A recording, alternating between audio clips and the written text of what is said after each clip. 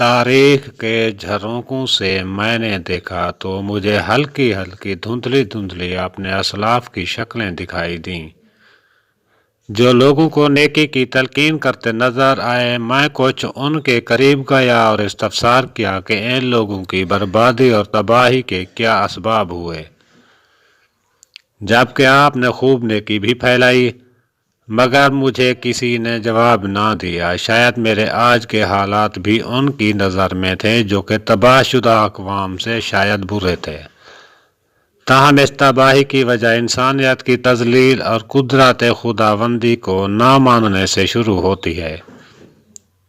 ہمارے چینل کو لائک اور سبسکرائب کریں، ہم آپ کو مزید حقائق سے روشناس کرانے کی کوشش کرتے ہیں۔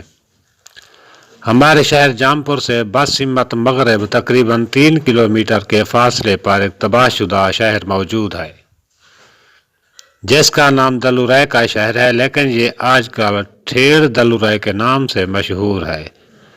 اس کا رقبہ 1 مربع کلومیٹر یا اس سے زیادہ تھا، مگر آج یہ بامشکل 4 ایکڑ کا کھنڈر ہے۔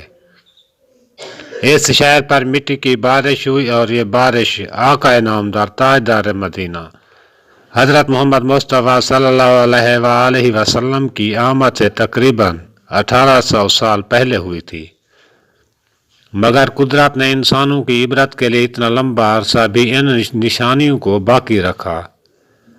آثار قدیمہ نے جب اس شہر کی کھدائی کی تو معلوم ہوا کہ یہ شہر تقریباً خوشحال شہر تھا اور اس کا جو راجا تھا وہ نہایت ہی بدکمار تھا، برائی اس کا وتیرہ تھا، لوگوں کو تنگ کرنا اس کا پیشہ۔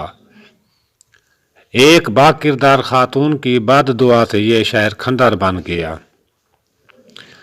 ایسے کھنڈرات ہمارے لیے سبق ہیں، اور سب سے بڑی یہ بات کہ ان کھنڈرات سے ہمارے پیارے آقا تاجدار مدینہ محمد مصطفیٰ صلی اللہ علیہ وآلہ وسلم کی عزت و عظمت مزید نکھر کر سامنے آتی ہے۔ جب ہم ان برباد قلعوں اور تباہ ہوا شہروں کو دیکھتے ہیں تو پتہ چلتا ہے کہ یہ سب آپ صلی اللہ علیہ وآلہ وسلم کی آمد سے قبل تباہ ہوئے۔ بعد میں ایسا کوئی عذاب اللہ نے نازل نہیں فرمایا۔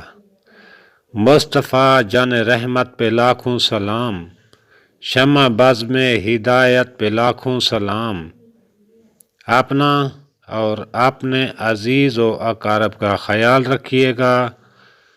خدا حافظ۔